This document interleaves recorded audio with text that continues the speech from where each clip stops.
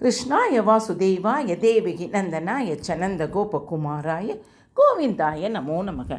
நான் பாலகோபாலா பக்தை லதா பேசுகிறேன். அனைவரும் சப்ஸ்கிரைப் பண்ணுமாறு வேண்டிக் கொள்கிறேன். யாருக்காக? நான் கிருஷ்ணன் குட்டியினுடைய அருளை பெறுவதற்காக. நாம் இன்றைக்கு பார்க்க போகும் மோட்டிவேஷன் என்னன்னு பார்த்தீங்கன்னா, நாம் எவ்வளியோ அவ்வழியே மக்களும் அப்படின்றது ஒரு கதை. என்ன அப்படின்னு பார்த்தீங்கன்னா, ஒரு அழகிய நகரம் இருந்துச்சு. அந்த நகரத்தில் என்ட்ரன்ஸ் வாயில் எப்போதும் ஒரு வயதான பெரியவர் யாரையும் உள்ளே செல்ல விடாமல் காவல் காத்து கொண்டு இருந்தாராம். ஒரு நாள் வாலிபன் ஒருவன் அந்த நகரத்தில் வழியாக நோக்கி குதிரையில் வந்து கொண்டிருந்தார். அப்போது அங்கிருந்த வயதான காவலாளிடம், ஐயா பெரியவரே, இந்த ஊர் மக்கள் எப்படி என்று கேட்டார்.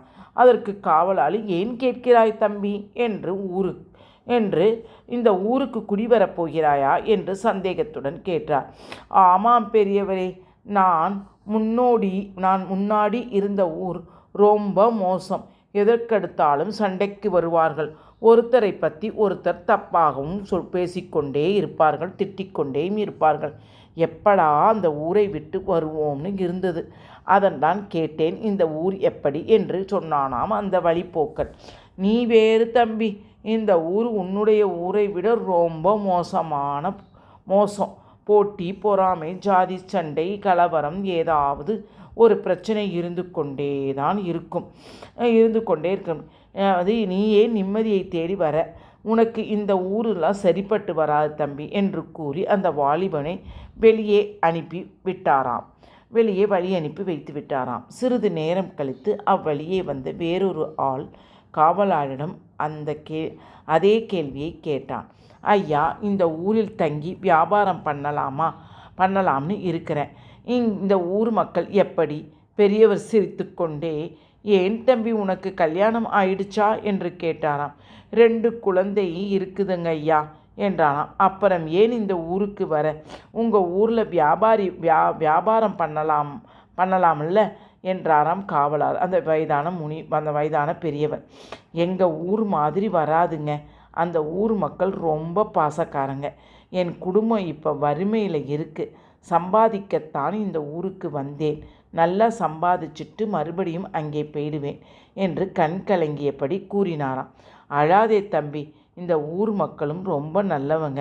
தைரியமாக நீ வியாபாரம் பண்ணலாம் என்று கூறி கதவுகளை திறந்து உள்ளே அனுப்பி வைத்தாராம். பாருங்கள், அவன் எங்கள் ஊர் மோசமானது அது இதுன்னு சொன்னோன்னா அவனுக்கு ஏற்ற மாதிரியே பதிலை சொல்லிட்டார். ஆனால் இவன் வியாபாரக்காரன்ட்ட எங்கள் ஊர் நல்ல ஊர், ஆனால் மக்களுக்கு முன்னால் நானும் கொஞ்சம் நல்லா பெரிய ஆள் ஆகணும் அப்படின்றதுக்கு தான் இங்கே நான் வியாபாரம் செய்கிறேன் அப்படின்னு சொன்னோன்னே அவனுக்கு தகுந்த மாதிரி பெரியவர் இங்கேயும் நல்ல வியாபாரம்லாம் பண்ணலான்னு சொல்லி கதவை திறந்து விடுறானா. காவலாளி அருகில் இருந்த ஒருவர் இந்த 2 சம்பவங்களையும் கவனித்து கொண்டிருந்தார். உடனேயே அவரிடம், முதலில் வந்தவர்கிட்ட இந்த ஊர் பொல்லாததுன்னு சொன்னீங்க, இவர்கிட்ட மட்டும் நல்ல ஊருன்னு சொல்கிறீங்களே, ஏன் பெரியவரே என்று சந்தேகத்துடன் கேட்டாராம். அதற்கு பெரியவர், இந்த உலகம் கண்ணாடி மாதிரி. நாம் எப்படி இருக்கிறோமோ அப்படித்தான் கண்ணாடியும் நம்மை காட்டும். மோட்டிவேஷன் என்னன்னு பார்த்துக்கோங்க. நம்ம ஒருத்தவங்க ஈஸியாக குறை கூறுறோம். அப்போ அந்த குறை கூறக்கூடிய புத்தி நம்மள்கிட்ட இருக்கிறதுனால தானே அவங்கள்ட்ட நம்ம குறை கூறுறோம். அப்போ அவங்க நல்லவங்க. இப்போ என்னைய சிலவங்க நிறைய பேர் பார்க்குறவங்களுக்கு, ஐயோ உங்களை மாதிரி முடியுமா அப்படின்னு அரவணைச்சிக்குவாங்க. சிலவங்க பார்த்தா கூட இப்படி திரும்பி நம்மளை ஒரு மாதிரி பார்த்துட்டு போவாங்க. ஏன்னா அவங்க பெரிய ஆள் மாதிரி, நம்ம சின்ன ஆள் மாதிரி. ஏன்னா அவங்க நம்ம முகம், நானே இதை சொல்லுவேன், நான் எங்கள் சொந்தக்காரங்கிட்ட, இப்போ ஒருத்தவங்க நம்மளை சாரீ கட்டிட்டு பார்க்கும்போது நல்லா இருக்குன்னா, ஓ தேங்க்யூ குட் அப்படின்ட்டு போயிடுவாங்க.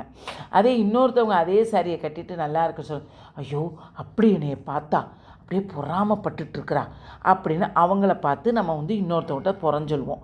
இதெல்லாம் ஒன்றும் இல்லை, நம் மனசு எப்படியோ அப்படித்தான் அப்படின்றது பெரியவர் சொல்கிறாரு. அதுக்கு தான் இந்த கதை எனக்கு ரொம்ப பிடிச்சிருந்தது. நாம் எவ்வளியோ நாம் மக்களும் அவ்வழியே அப்படின்றது கதை. பிடித்திருந்தால் லைக் பண்ணவும், ஷேர் பண்ணவும், கமெண்ட் பண்ணவும் ப்ளீஸ்மா. எல்லாரும் ஒரு சப்ஸ்கிரைப் போடுங்க. யாருக்காக? நம் கிருஷ்ணன் குட்டியினுடைய அருளை பெறுவதற்காக, எனக்காக இல்லை, என் சேவைக்காக நீங்கள் அனைவரும் சப்ஸ்கிரைப் பண்ணுமாறு வேண்டிக் கொள்ளுங்கள். வாழ்க வளமுடன். ஹரே கிருஷ்ணா.